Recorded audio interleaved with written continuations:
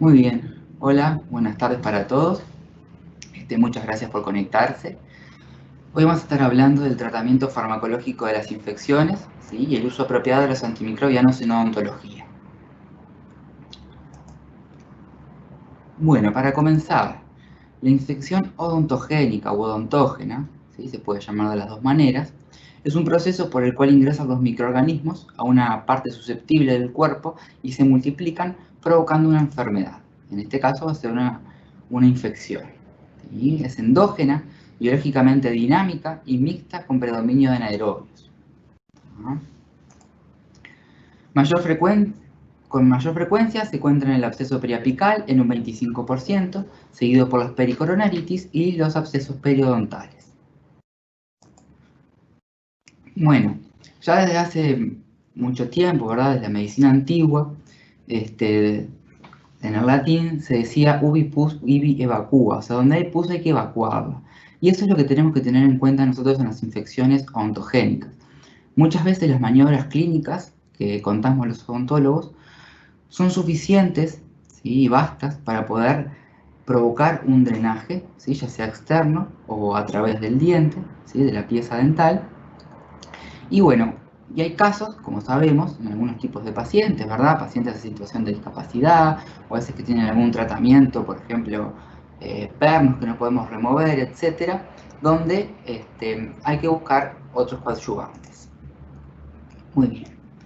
Vamos a ver qué tenemos que tener en cuenta. ¿Sí? Yo acá enumeré, ¿sí? Diferentes factores, características para tener en cuenta. Lo primero es determinar la etiología y severidad de la infección. ¿Sí? La etiología, ¿sí? Saber qué la está produciendo, por qué, hacer una correcta historia clínica, ¿sí? Una correcta historia clínica del motivo de consulta, ¿ah? Y también historia clínica farmacológica, porque seguramente vayamos a prescribir algún medicamento y tenemos que saber, ¿sí? Qué está tomando ese paciente, por ejemplo, y la severidad de la infección. Acá enumeré los estadios de la infección, ¿sí? Que tenemos que determinar el inicio del cuadro y compararlo con el cuadro actual. Muchas veces no vemos el principio del cuadro, ¿tá?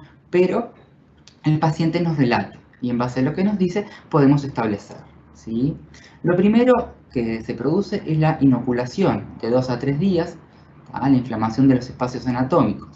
Seguido después por los 2 a 5 días, ¿sí? La propagación de manera difusa, donde se empieza a formar el flemón o la celulitis. Y al quinto día aparece lo que es el absceso. ¿Tá? Y la etapa final es el drenaje espontáneo, que muchas veces vemos como la fístula, ¿sí? O el drenaje quirúrgico. También hay que evaluar los antecedentes médicos e inmunológicos, ¿sí? Si es un paciente diabético, ¿sí? Hipertensio, que esté en tratamiento con corticoides, ¿verdad? Que disminuya sus defensas, alcoholismo, malnutrición, cáncer, inmunocompetencia. Todos esos son factores a tener en cuenta que nos van a ayudar, por decirlo de alguna manera, ¿sí? A la hora de prescribir un antibiótico o un antimicrobiano, mejor dicho, ¿sí? Y acá les puse bactericida versus bacteriostático porque ahora vamos a ver cuál es la diferencia y cuándo debemos seleccionar uno u otro. El lugar de atención va a ser un condicionante, ¿verdad? La mayoría de los odontólogos atendemos de manera ambulatoria, pero hoy en día en los equipos de salud también hay muchos que trabajan en instituciones médicas y asisten a pacientes que están internados, ¿sí? Que también va a haber que prescribirles antimicrobianos. El tratamiento quirúrgico es fundamental, ¿sí? La eliminación del foco o el drenaje. ¿Ah? No es ideal la prescripción única del antimicrobiano, siempre que se pueda debe ir acompañado de la maniobra clínica. Soporte médico y nutricional, hidratación, nutrición y el control del dolor y de la fiebre. Esto es fundamental, ¿sí? Los antimicrobianos son coadyuvantes, por lo tanto el paciente tiene que estar bien, ¿sí? Tiene que estar bien hidratado y nutrido, ¿sí? Recomendarle, ¿verdad? Porque muchas veces no pueden abrir la boca por trismus, ¿sí? Como por ejemplo las pericoronaritis. ¿Ah? Y por supuesto, muchas veces estas infecciones van acompañadas de dolor e inflamación y también pueden ir acompañadas de fiebre. Por lo tanto, hay que controlar la verdad con los analgésicos antiinflamatorios no esteroideos. Después el tratamiento antimicrobiano propiamente dicho, ¿sí? Nosotros en la cavidad bucal tenemos un cierto número, ¿sí?, de flora que ya conocemos, ¿ah?, que son estreptococos aerobios facultativos, viridians, ¿sí?, de esos un 3% son resistentes a las penicilinas, que es bastante poco. Hay anaerobios estrictos, ¿sí?, como los peptostreptococos o las porfiromonas, que en nuestra región hay porfiromonas que son resistentes, ¿sí?, a las penicilinas, por ejemplo. Entonces hay que asociar los antimicrobianos, que ahora también vamos a hablar de eso, ¿sí? Pero sabemos que básicamente son gram positivos aerobios, y a medida que la infección va cursando los días, empiezan a aparecer, ¿verdad?, formarse más gram negativos anaerobios, ¿sí? Muy bien. Esto que yo les puse acá es básicamente el mecanismo de acción de muchos de los antimicrobianos, ¿sí? Algunos van a actuar a nivel de los ribosomas, ¿sí?, inhibiendo la síntesis de proteínas, como la subunidad 50S ribosomal, como la clindamicina, ¿sí?, o la eritromicina, que es un macrólido, que justo ahora la eritromicina en nuestro país ya no está más, vamos a hablar también de eso. Otros que actúan en la unidad 30S de los ribosomas, ¿sí?, como las tetraciclinas, aminoglucósidos. Los de que inhiben la pared celular, las penicilinas, las cefalosporinas, la vancomicina. Y los que actúan a nivel del ADN de la bacteria, como las fluorquinolonas, ¿sí?, la ciprofloxacina, por ejemplo. Bueno, la historia de los antibióticos. Los antibióticos no hace tanto que fueron descubiertos, ¿sí? En 1928 Alexander Fleming descubre por error a la penicilina, ¿sí?, que la descubre a partir de un hongo que es el Penicillium notatum, ¿sí?, que justo cae sobre sus colonias de Staphylococcus aureus, y ve que hay un halo de inhibición. Entonces ahí comienza a investigar y descubre su capacidad bactericida. Luego se descubren las sulfas, y más adelante, ¿sí?, en la época de la Segunda Guerra, es cuando se empiezan a comercializar y sintetizar las penicilinas, ¿sí? Llevó unos 10 años más o menos llegar a poder sintetizarlas. Y bueno, después más adelante se fueron descubriendo otros antimicrobianos, pero básicamente lo que seguimos usando fueron esos que primero se descubrieron, porque dentro de los que han generado resistencia son los que la han generado a menor medida o de menor manera, ¿sí? Hay una campaña a nivel mundial con el uso seguro y sobre todo apropiado, uso racional de los antimicrobianos, ¿sí? Del gobierno de España, por ejemplo, ¿sí? Donde acá dicen pueden dejar de curar, ¿sí? En Colombia, ¿sí?, también tomarlos cuando sean recetados por el médico o el odontólogo. La Organización Mundial de la Salud, ¿sí?, es pionera en este uso racional de los antimicrobianos, sobre todo porque los expertos dicen que para el año 2050, ¿sí?, podrían empezar a haber resistencia a los antibióticos que tenemos hoy en día en plaza si seguimos utilizándolo de mala manera. No sé si les dije, pero cualquier duda que tengan la pueden escribir al chat, que yo las voy viendo, y al final de la clase podemos, hasta el final de la disertación, las podemos evacuar, ¿sí? Muy bien, con respecto a la resistencia, es un fenómeno por el cual un microorganismo deja de ser afectado por un antimicrobiano al que anteriormente era sensible, ¿sí? Es consecuencia de la capacidad de ciertos microorganismos, bacterias, ¿sí?, y virus. También hay resistencia a los virucidas, ¿verdad?, de neutralizar el efecto de los antimicrobianos. La resistencia surge por mutación de microorganismos o por la adquisición del gen de resistencia. Como les comentaba hoy, ya en el 2017 hay un comité de expertos, ¿sí?, que apuntan a optimizar el uso de antimicrobianos en la salud humana y animal. ¿Por qué hacen hincapié, y yo lo pongo acá, lo de animal? Porque también se vio, ¿sí?, que los antibióticos que se les administraban a los animales, que luego eran para consumo humano, ¿sí?, estos residuos antibióticos estaban en la carne y estábamos expuestos, ¿sí?, a dosis bajas de antibióticos, y se vio que se estaba comenzando a generar resistencia, ¿sí?, por esa causa. Otra cosa importante es el descarte de los medicamentos, que ya aprovecho, ¿sí? Los medicamentos, nosotros que somos profesionales de la salud y en el consultorio tenemos una bolsa roja de residuos contaminados, se deben descartar en esa bolsa roja para que después sean tratados, o si no, a veces en algunas farmacias hay buzones para los medicamentos vencidos. Nunca se pueden tirar por las aguas residuales, ¿verdad?, por las aguas del inodoro o en una pileta, porque también se vio que en los mariscos y en los crustáceos hay restos de medicamentos, no solo antibióticos, sino también otros medicamentos que utilizamos los seres humanos. ¿Ah? Entonces es fundamental el correcto descarte de medicamentos vencidos o que ya no se usan. Bueno, con respecto a la resistencia, mayor potencial de resistencia. Primero, las quinolonas, ¿sí? Las fluorquinolonas, como la ciprofloxacina, son las que generan mayor resistencia. Seguido por cefalosporinas de tercera generación, ¿sí? Los macrólidos, como la citromicina y la claritromicina. ¿Ah? Después los glucopéptidos, como la tecoplanina o vancomicina, que esos no los usamos nosotros, a no ser la vancomicina para el tratamiento de una sobreinfección por Clostridium difficile. ¿Sí?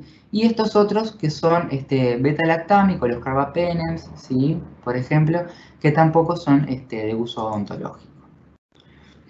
Muy bien. El antimicrobiano puede ser, o puede tener su acción quimioterápica de manera bactericida o bacteriostática. ¿Qué quiere decir esto? Bactericida es que mata a los microorganismos, ¿sí?, y bacteriostática es que inhibe el crecimiento del microorganismo. Recordar que los dos son coadyuvantes, ¿sí?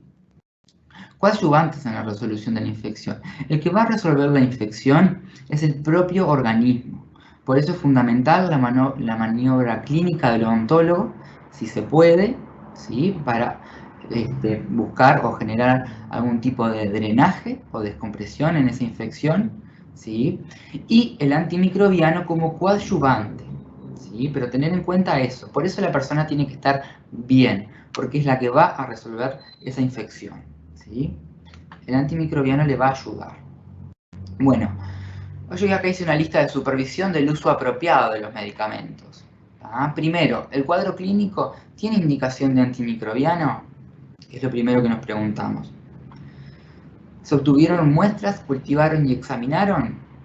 En odontología podemos obtener muestras, ¿sí?, en caso de que sean infecciones que no mejoren, por ejemplo, ¿verdad?, con un antimicrobiano, después hagamos el cambio, y no mejoren, se puede hacer una muestra, cultivar y examinar y hacer un antibiograma, pero por lo general hacemos uso empírico, ¿sí? El uso empírico es el uso de los antibióticos para los microorganismos que ya sabemos que están frecuentemente en las infecciones odontogénicas. ¿Ah? ¿Qué microorganismos son más probables de causar la infección? Lo que les hablaba recién, ¿sí? ¿Cuál es el agente más eficaz y seguro para ese paciente? Acuérdense, nosotros queremos que sea eficaz, pero también que sea seguro. Porque si es eficaz y no es seguro para el paciente, no estoy resolviendo de manera beneficiosa, de manera certera esa infección. Entonces, un agente antimicrobiano eficaz y seguro. Por eso es fundamental la historia clínica. Hay que evaluar si el paciente tiene algún problema gastrointestinal, si alguna vez tuvo una colitis pseudomembranosa, etc. ¿Sí? ¿Puede estar indicada una asociación de antimicrobianos? Hay casos que sí, por ejemplo en algunas enfermedades periodontales, ¿sí?, donde se asocia la amoxicilina con el metronidazol, ¿sí? En el hospedador hay que considerar aspectos específicos, también hay que tenerlo en cuenta, ¿sí? Por ejemplo, si es una gestante, si está en un periodo de lactancia, eso hay que considerarlo, ¿verdad?, a la hora de prescribir. ¿Cuál es la mejor vía de administración? ¿Sí? Esto va a depender si es un paciente ambulatorio o si es un paciente que esté internado. La dosis adecuada hay que determinarla, ¿cuál es?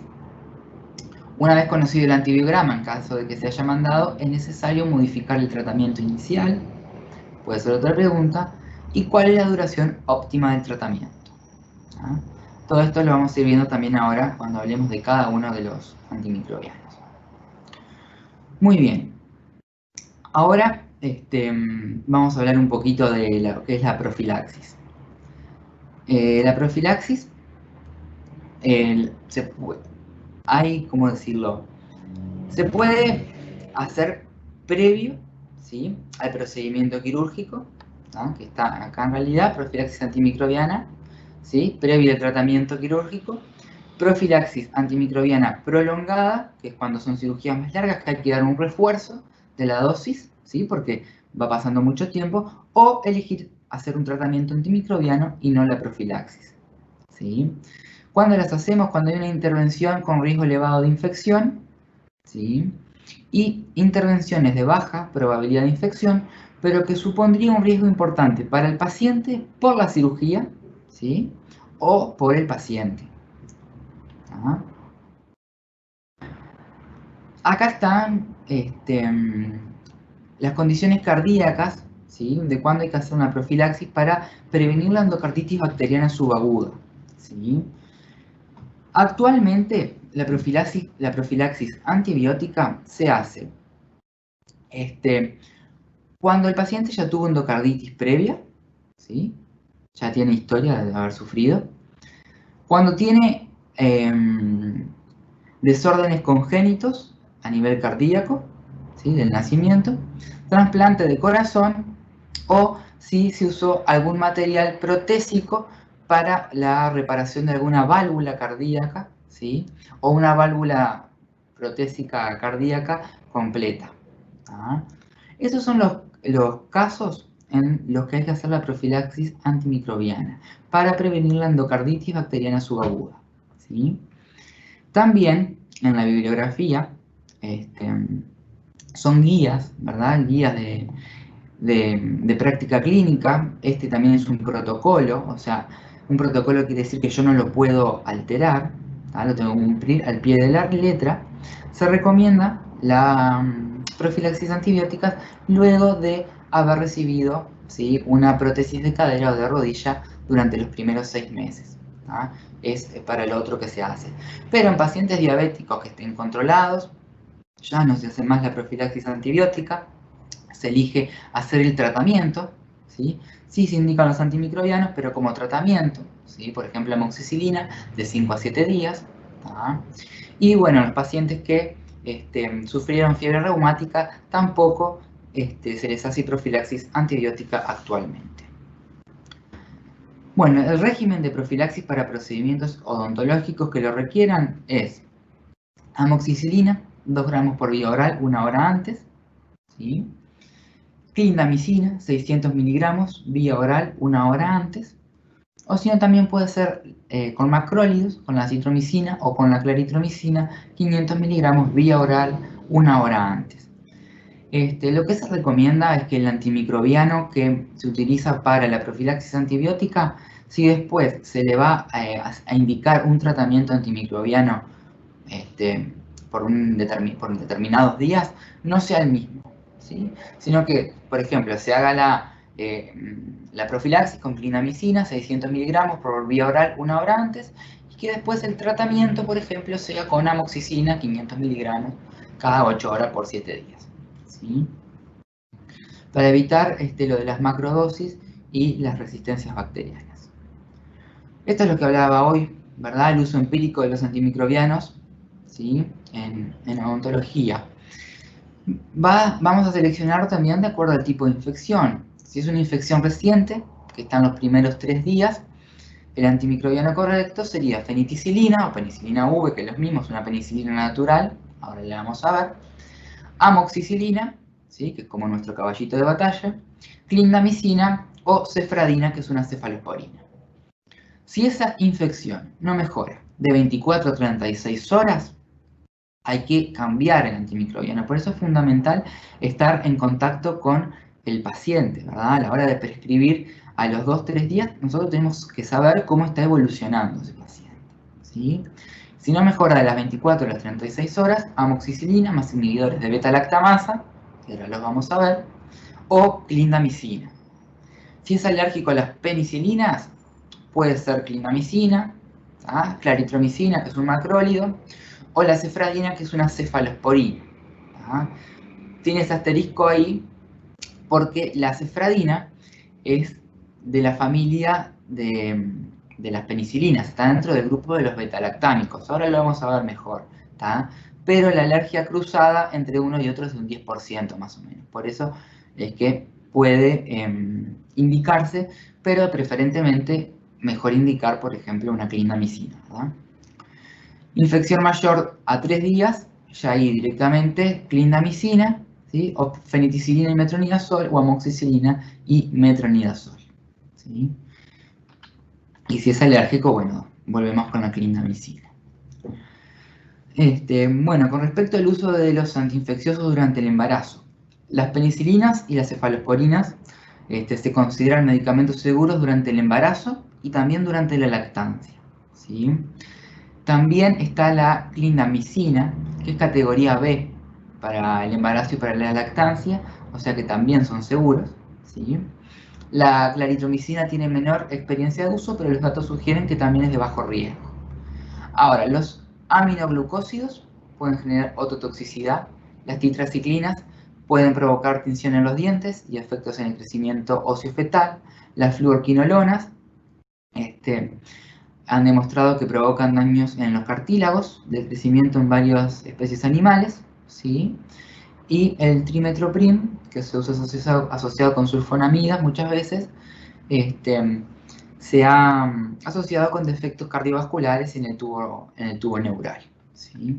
Y también se ha visto que provoca fisura palatina. Entonces, esos que están en rojo no son seguros y no se utilizan en el embarazo, a no ser que no haya otra alternativa. Bueno, con respecto a la dosificación en el tratamiento, nosotros queremos lograr niveles séricos y tisulares altos y sostenidos, ¿sí? También tenemos que tener en cuenta que el efecto antimicrobiano comienza de 24 a 48 horas luego de la administración. O sea, es normal, ¿sí?, que cuando nosotros le indicamos el antimicrobiano, el paciente el otro día pueda tener un poco más hinchada la zona. Eso es importante transmitírselo al paciente, ¿sí? Y a partir de cuándo es que comienza a hacer el efecto. Bueno, estos son los principios de dosificación en infecciones orofaciales. Altas dosis y tratamientos cortos, ¿sí? Nosotros buscamos tratamientos cortos y siempre dosis altas, eso es fundamental también, ¿sí? Por eso nuestros tratamientos son de 5 a 7 días, ¿tá? Niveles sanguíneos de 2 a 8 veces por encima de la concentración inhibitoria mínima para los microorganismos, ¿sí? Y para que pueda también atravesar todas las barreras tisulares, ¿tá? Usar intervalos frecuentes de administración por la vida media de penicilinas y cefalosporinas. Bueno, los antimicrobianos también se pueden clasificar en tiempo dependiente o concentración dependiente. El tiempo dependiente, si se duplica la concentración in vitro, se destruye el mismo número en mitad de tiempo, ¿sí? La mayoría de los estudios son in vitro, de los antimicrobianos. Destruyen durante el periodo en que la concentración de los antimicrobianos excede o supera la concentración inhibitoria mínima del patógeno. Y para los betalactámicos se necesita una concentración umbral que supere de 4 a 5 veces la concentración inhibitoria mínima. Ahora lo voy a mostrar esto con una gráfica.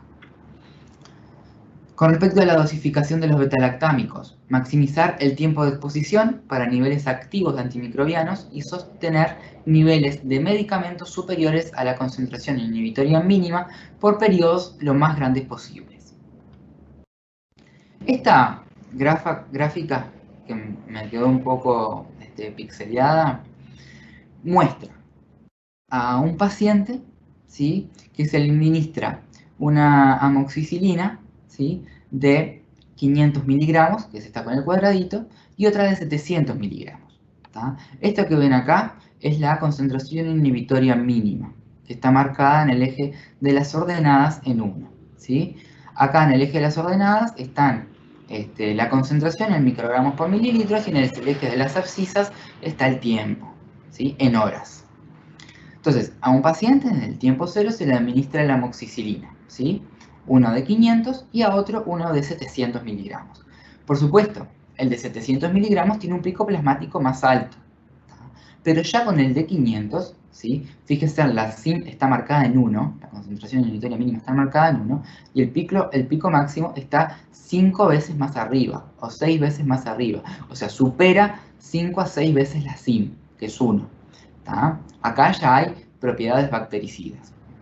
Por supuesto, el de 700 tiene mayor, ¿verdad? Mayor pico plasmático, mayor concentración en sangre.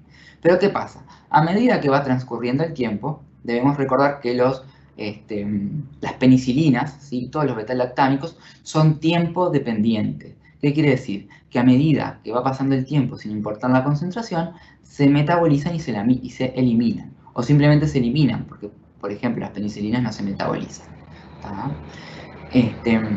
Acá, ¿sí? Los dos tienen una concentración máxima, pero a la vez que va pasando el tiempo, sobre las 6 horas, ¿sí? Los dos juntos, sin importar su concentración, llegan a la concentración inhibitoria mínima. ¿Tá?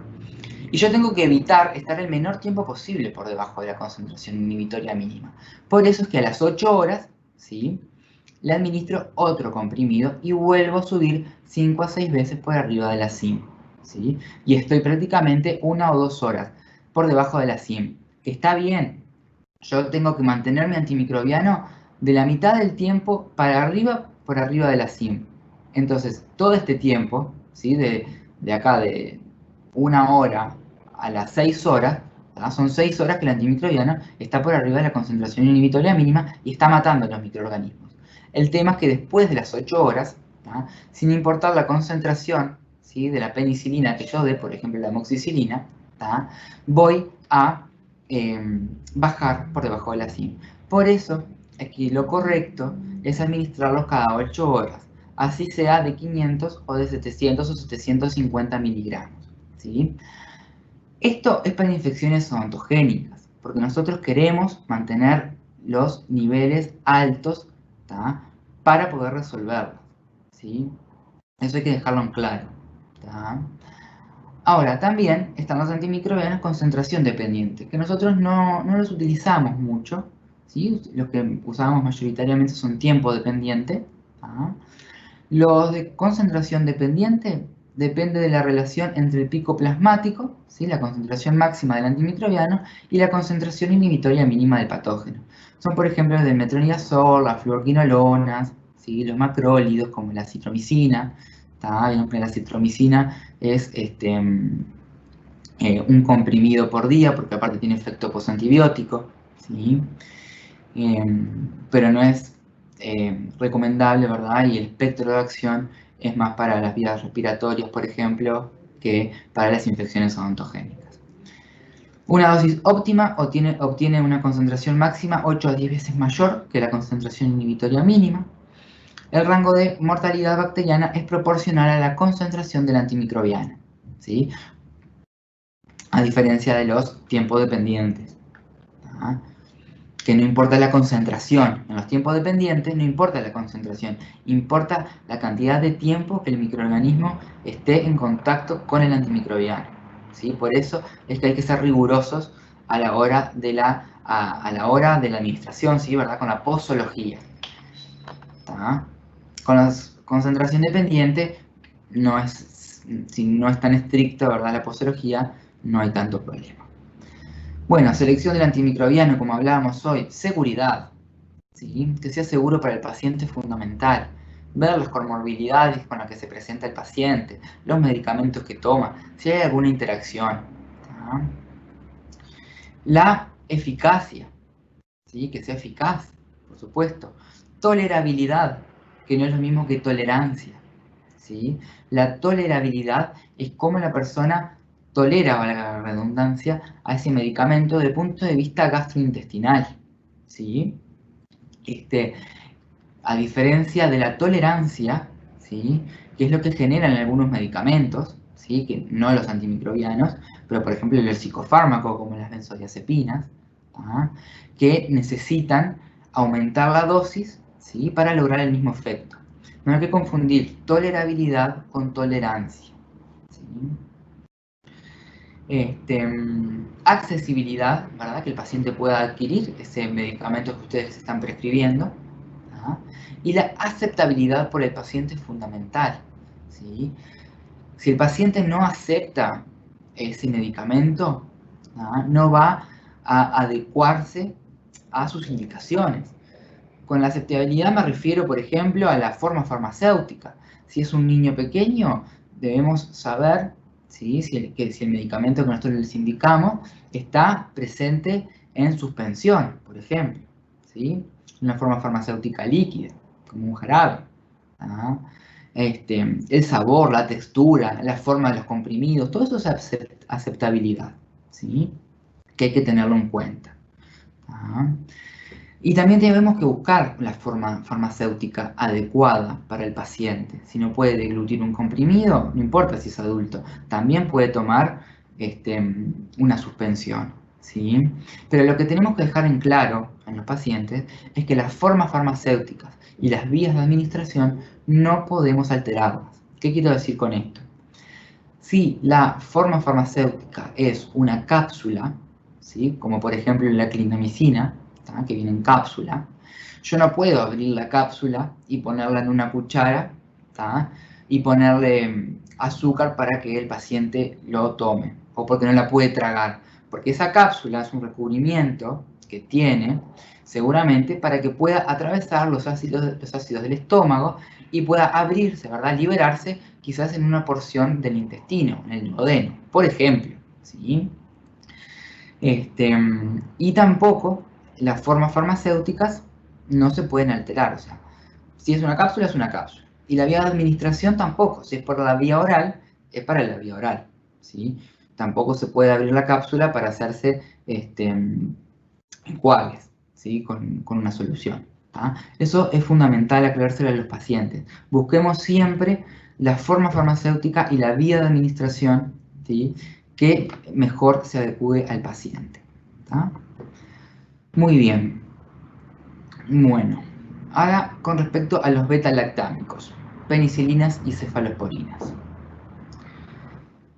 Generalidades. El mecanismo de acción de estos beta-lactámicos va a ser el mismo para todo el grupo, ¿sí? Van a inhibir la síntesis de la pared de peptidoglucano de la bacteria. ¿tá?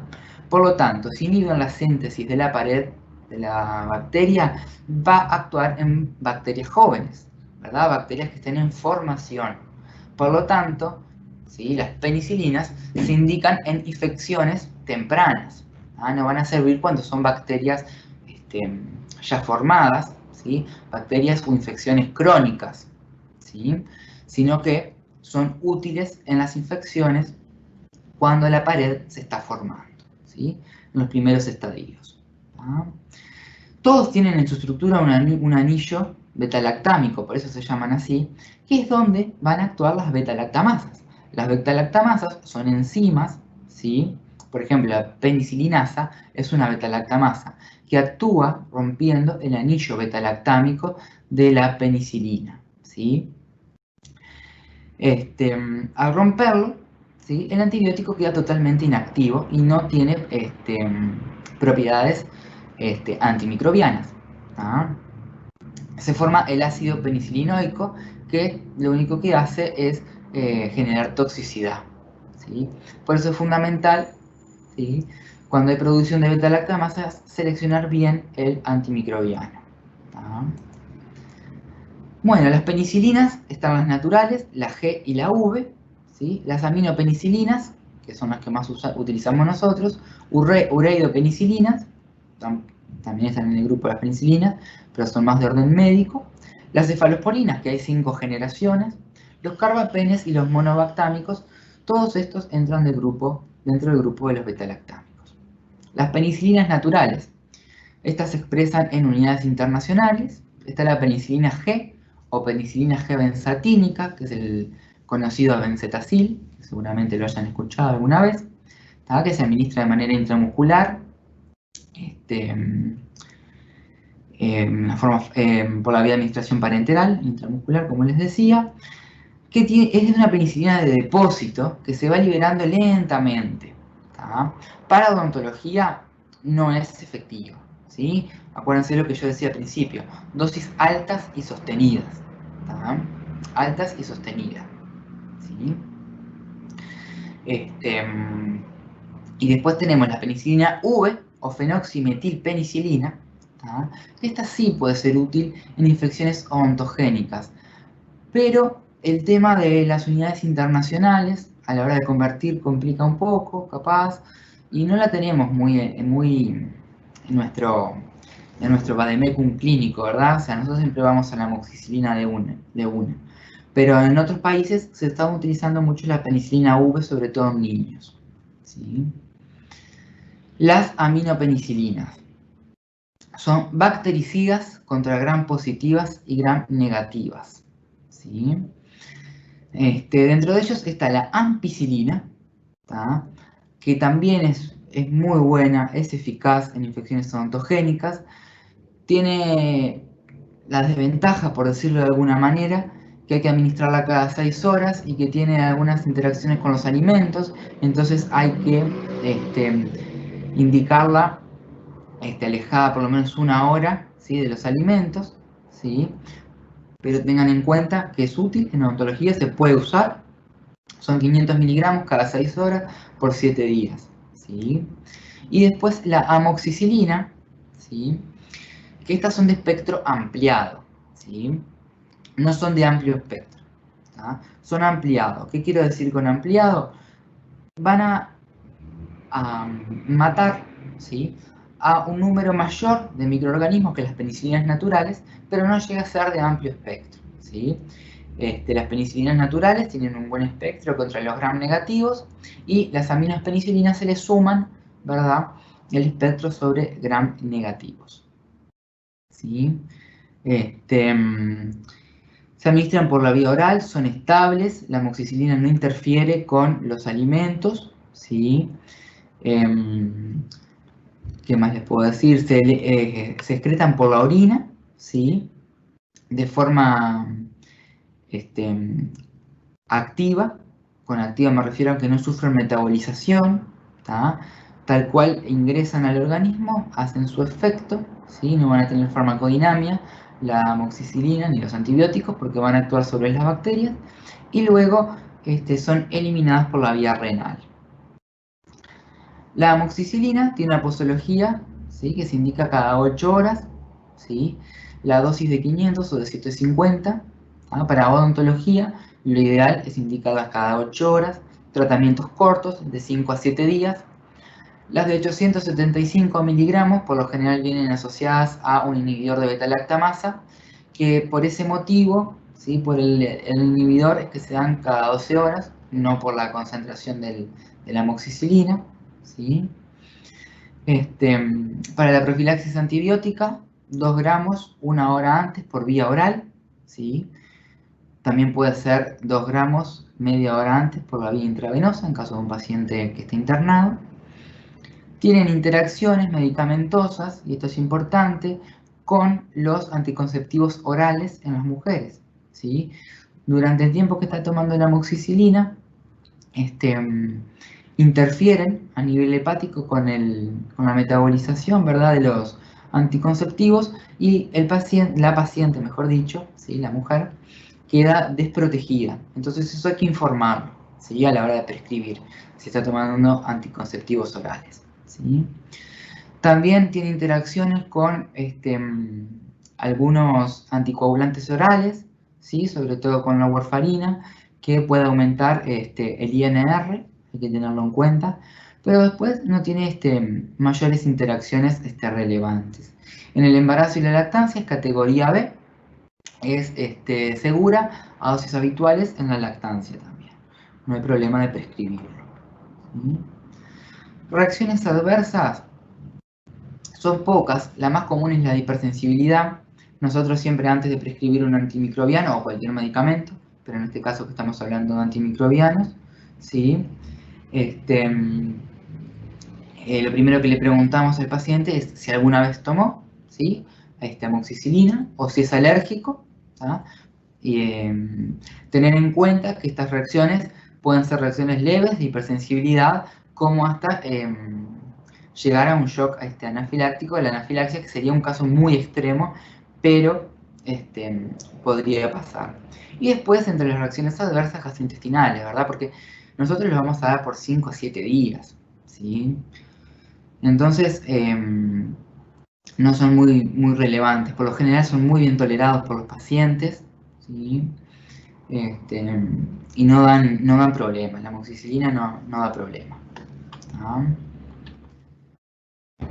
Bueno, a esta amoxicilina se le puede añadir un inhibidor de la beta-lactamasa, ¿sí? Este inhibidor de beta-lactamasa, sea cual fuere, o sea, ya sea el ácido clavulánico, ¿sí? O el pivoxil-sulbactam, que es una sal, cualquiera de los dos lo que van a hacer es unirse a la beta-lactamasa, ¿sí? A esa enzima. Entonces van a impedir que rompa el anillo beta-lactámico y la amoxicilina es la que va a actuar, ¿sí? Ellos dos no tienen poder antimicrobiano, o sea, no son bactericidas. El pivoxil-sulbactam podría tener una leve acción como antimicrobiano, pero básicamente su función acá no es ser antimicrobiano, sino unirse a la beta-lactamasa, agotar la beta-lactamasa del medio y que la amoxicilina penetre y haga su efecto. Estos dos vienen asociados, como les decía, a 875 de amoxicilina con 125 de inhibidor, ya sea ácido clavulánico o pivoxil-sulbactam.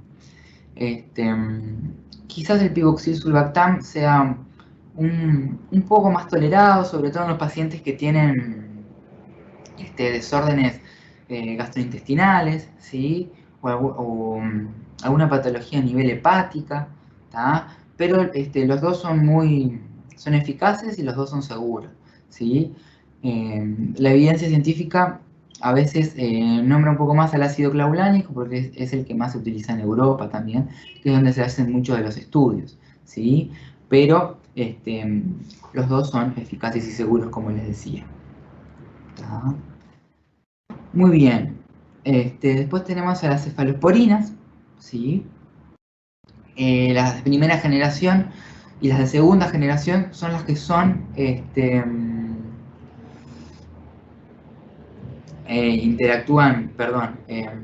son las que se utilizan en odontología, ¿sí? Primera y segunda generación. Las de tercera, cuarta y quinta no tienen espectro de acción sobre los patógenos, ¿sí? Los patógenos de las infecciones odontogénicas. Entonces nos referimos solo a las primera y segunda generación. La cefradina es de primera generación, se ha usado mucho en niños, ¿sí? Después hubieron unos casos de resistencia, entonces se ha dejado de usar un poco. Tienen muy buena acción sobre gram positivos, no tanto sobre gram negativos, ¿sí? Pero tengan en cuenta que quizás no sea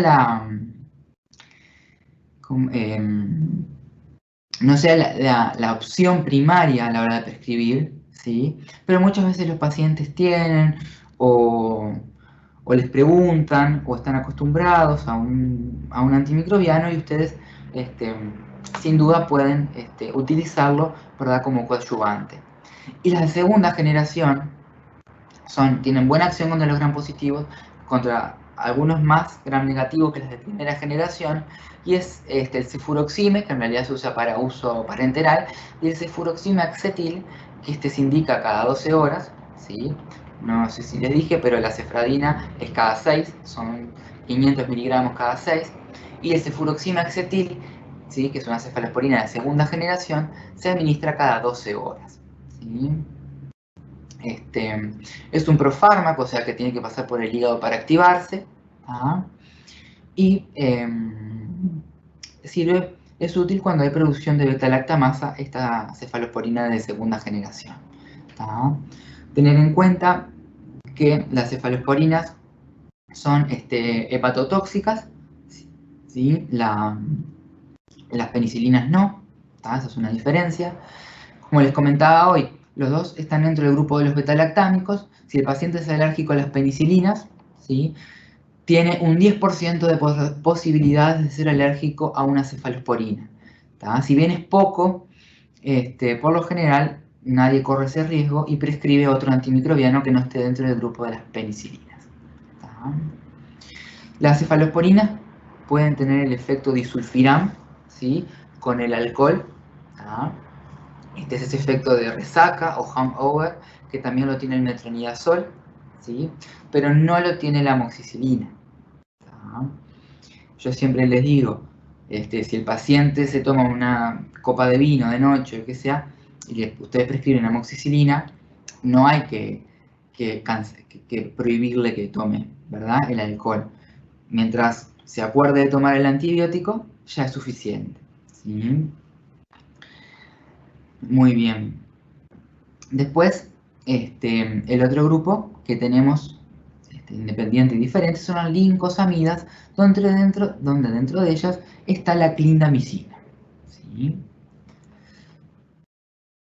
La clindamicina es un antibiótico semisintético que es bacteriostático o bactericida, va a depender del microorganismo y muchas veces de la dosis. Es un muy buen coadyuvante para tratamiento de una infección, por supuesto. En odontología actúa más como bacteriostático, en otras infecciones a nivel de la piel o de tejidos blandos actúa más como bactericida, ¿sí? Inhibe la síntesis proteica en la subunidad ribosomal 50S. Es efectivo para los microorganismos productores de beta-lactamasa, y ya va a actuar en bacterias que estén formadas, ¿sí? Entonces, en esas infecciones crónicas también es eficaz. Tiene una actividad antimicrobiana amplia, ¿sí?, de amplio espectro, cocos gram positivos, aerobios, incluyéndose algunos estafilococos y estreptococos, bacilos gram negativos anaerobios, ¿sí?, incluyendo algunos miembros de los géneros de Bacteroides y Fusobacterium, y bacterias anaerobias susceptibles, ¿sí?, para el tratamiento de algunas enfermedades periodontales, ¿sí? Hay patógenos periodontales que son sensibles a la clindamicina. Tiene la característica de que tiene una muy buena difusión, ¿sí?, y distribución a través de los tejidos. Alcanza buenas concentraciones a nivel del hueso, ¿sí? Entonces, en cuanto a eso, es muy buena. Lo único que no alcanza, que para nosotros no es relevante, es concentraciones importantes a nivel sistema nervioso central, porque no atraviesa la barrera hematocefálica. No se utiliza para el tratamiento de meningitis, pero eso para nosotros no es relevante, ¿sí? Tiene una muy buena absorción por la vía oral, no se interfieren con los alimentos, no tiene el efecto disulfiram con el alcohol, se excreta por la orina, ¿sí? La posología correcta en odontología, como les digo, que queremos tener niveles séricos altos y sostenidos, son 300 miligramos cada 6 horas por 7 días, ¿sí? Por supuesto, también es tiempo dependiente. Yo sería estricto en la posología, en la clindamicina, pero también hay estudios, ¿sí?, donde han aumentado las dosis, que a veces les dan un poco más de margen a la hora de las horas, ¿sí? Van a ver que en algunos artículos dicen que la clindamicina la dan cada 8 horas. En odontología, ¿sí?, lo ideal son 300 miligramos cada 6 horas. Ustedes ahí, con esas concentraciones y en esa posología, se aseguran de tener las concentraciones deseadas para el tratamiento de la infección, ¿sí? Eso me parece relevante. Bueno, dentro de las reacciones adversas, es importante que el paciente la tome con un vaso lleno de agua, ¿sí?, para que llegue bien al estómago. Eso en realidad es una recomendación para todos los medicamentos, ¿sí?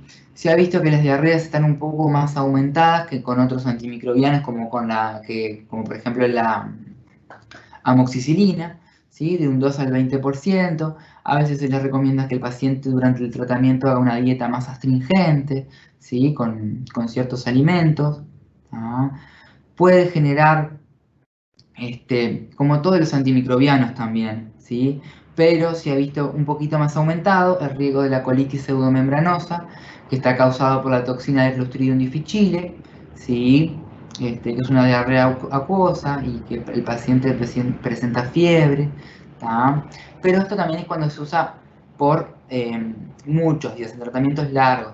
En tratamientos de 7 días, como está indicado un antibiótico bacteriostático como la clindamicina, para la odontología, tengan en cuenta que puede suceder, pero es un poco más raro. ¿tá? Pero como les digo siempre, hay que estar pendiente del paciente, ¿verdad? Cuando uno hace la prescripción, a los 2-3 días saber cómo evolucionó, si está mejor, ¿sí? Cómo está el aparato gastrointestinal. Hay veces que hay que cambiar el antimicrobiano porque no son tolerados por los pacientes, ¿sí? Los inhibidores de la bomba de protones, como el omeprazol, no siempre son la solución, ¿sí? Y bueno, a veces que estos antimicrobianos que no interfieren con los alimentos, los pueden tomar siempre con un alimento y no con el estómago vacío y así tolerarlos de mejor manera. ¿tá? En caso de que haya una colitis pseudomembranosa, el tratamiento va a ser también con un antimicrobiano que es con el metronidazol o con la vancomicina. ¿sí? Bueno, y esta es una tabla donde les muestra para infecciones leves a moderadas, ¿sí? Del tratamiento de la colitis pseudomembranosa, ¿verdad? Metronidazol 500 miligramos cada 8 horas o vancomicina 120 miligramos cada 6 horas durante 10 a 14 días, en caso de que el paciente esté sufriendo esa colitis pseudomembranosa.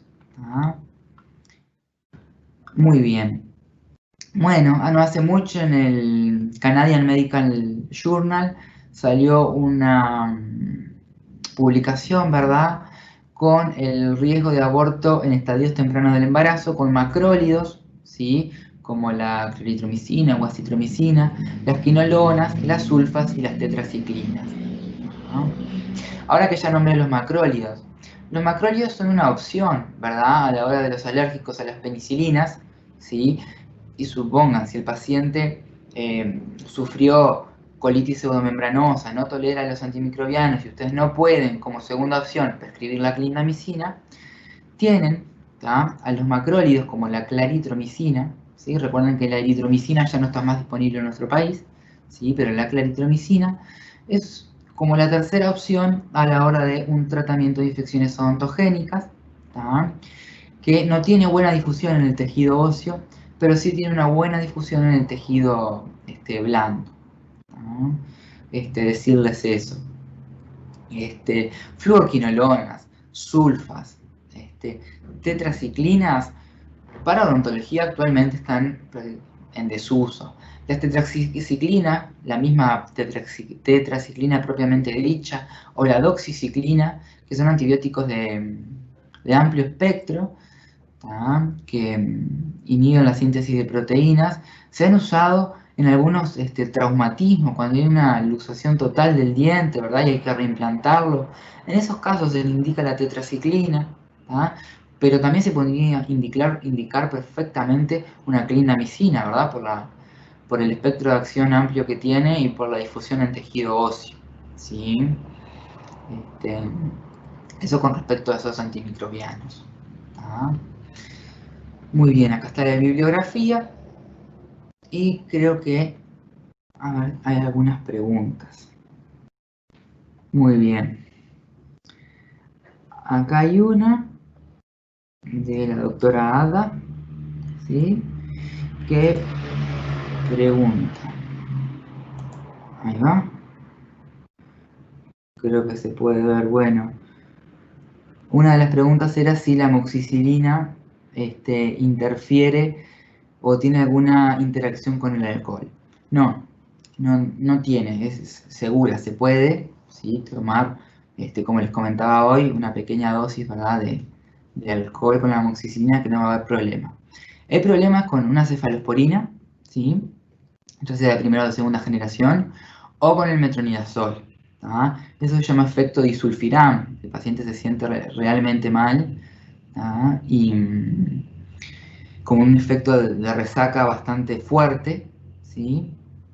Y les comento esto porque muchas veces en enfermedades periodontales o en gingivitis ulcerosa necrotizantes, en alguna, se prescribe esa asociación de amoxicilina con metronidazol y es una consideración importante que hay que tener, ¿verdad?, para los pacientes. Muy bien. Bueno, pues hay otra acá de Osvaldo. Me preguntaba si la rindamicina tiene flexibilidad. Es como yo les comentaba hoy. A mi entender, yo en odontología prefiero manejarme con esa regla, ¿verdad? 300 miligramos cada 6 horas. Me aseguro de que tengo una concentración alta, ¿tá?, en los tejidos. Como les decía, están empezando a haber artículos donde aumentan las dosis, ¿sí? Y con eso el intervalo entre dosis. Pero en lo personal prefiero manejarme con 300 miligramos cada 6 horas, que me aseguro que voy a tener una excelente respuesta desde el punto del paciente. Bueno, Ada me dice que explico muy bien, muchas gracias.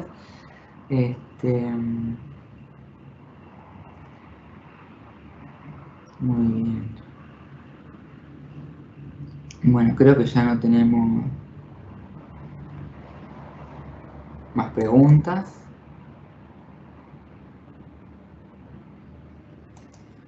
Bien, si alguien tiene alguna pregunta y la quiere escribir, puede hacerlo, que con gusto la respondo.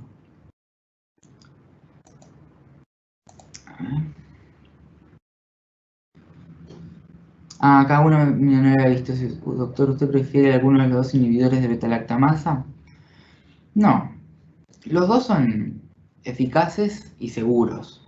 A veces depende del paciente, ¿verdad? Como yo les comentaba con la historia clínica. Si tiene algún problema a nivel hepático o ya sabe que ha tomado anteriormente, ¿verdad?, alguno de ellos y no los tolera, entonces ahí me inclino por uno o por otro.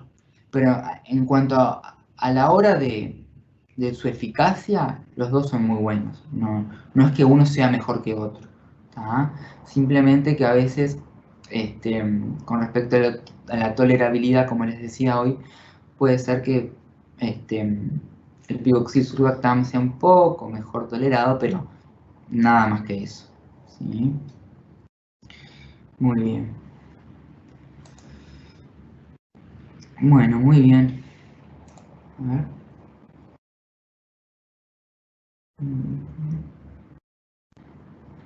A ver.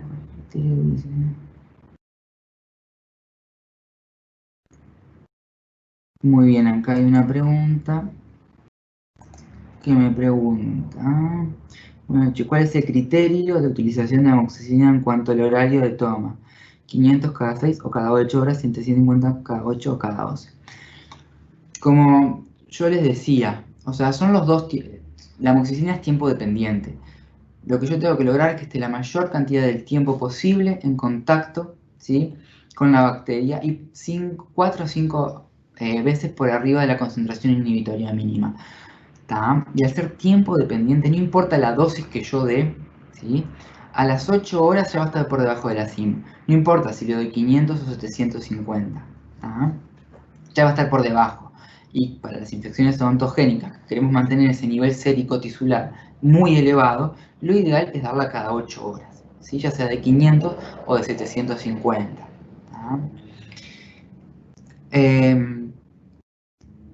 Eso es lo correcto, cada 8 horas.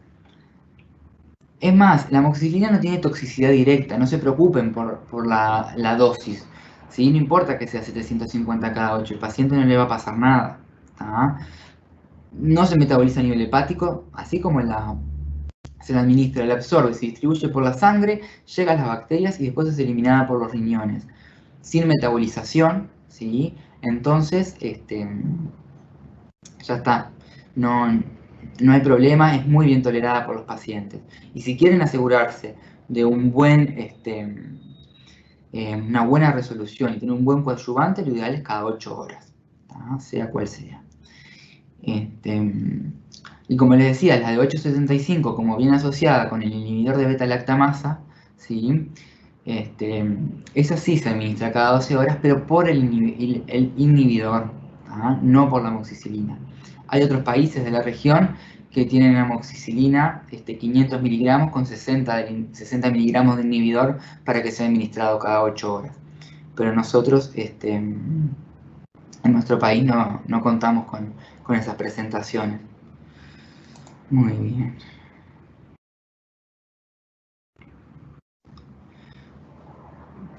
Acá tenemos otra pregunta.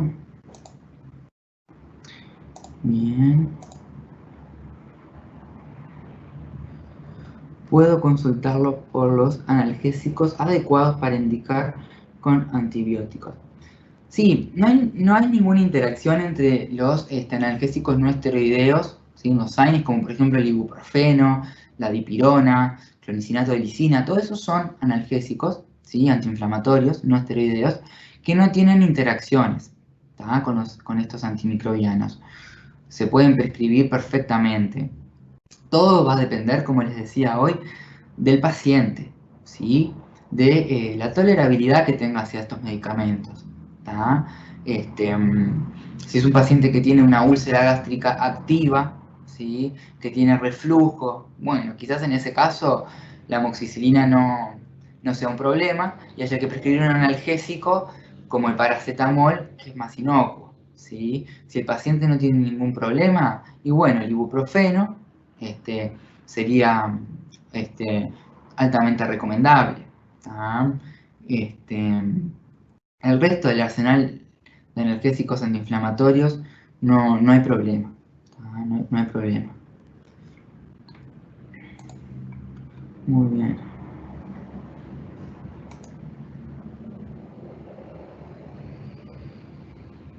Bueno, muy bien. Bueno, creo que no hay más preguntas.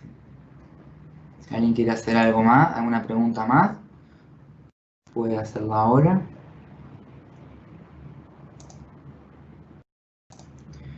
Muy bien.